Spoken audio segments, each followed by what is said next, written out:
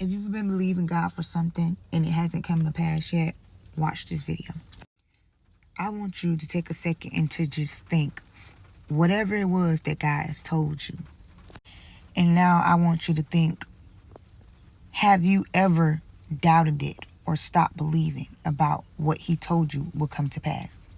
See, a lot of times God tells us certain things or certain promises, or he sends his prophets to give prophetic words, and for a moment in time while you watching it or when he's telling it to you, it's like, oh yes, God, I know it, God, I know you gonna do it, God, yes, God, I'm believing you for it.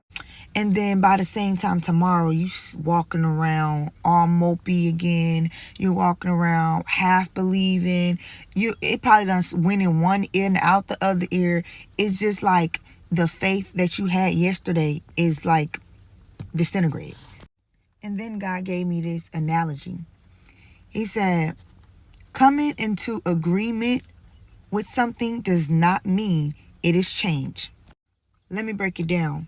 See, a lot of us, we come into agreement with what God has told us. We've come into agreement with the prophetic words that God has spoken through some of his people.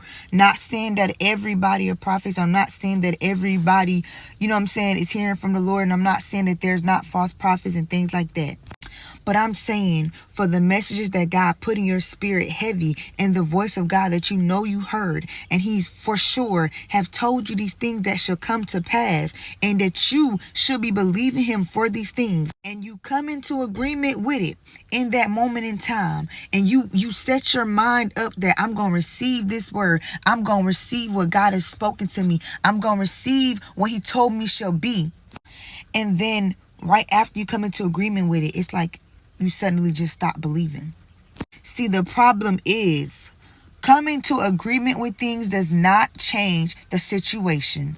It is when we come into agreement with something and we take necessary steps that the situation or that the promise or that the faith ignites, so the thing that we are believing God for can start coming to pass. For example, I can agree with you all day that you eating all that junk food is going to lead to you being overweight. I can agree with you all day that texting and driving is not safe.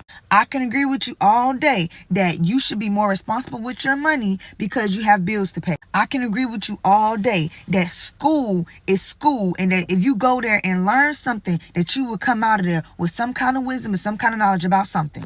But me agreeing to that does not mean that I can promote any type of change. See, what I did was I confirmed that what you said was true, but I did not take any necessary steps to start making that thing or whatever it is that God told you to come into agreement with come true. So, for example, when I said, oh, I can agree with you all day that you eating all that junk food will make you obese, but if I don't change the way I'm eating, if I don't start to go on a diet, if I don't start realizing these unhealthy habits of eating, what is going to change? Absolutely nothing. So we must ignite the agreement by acting in it.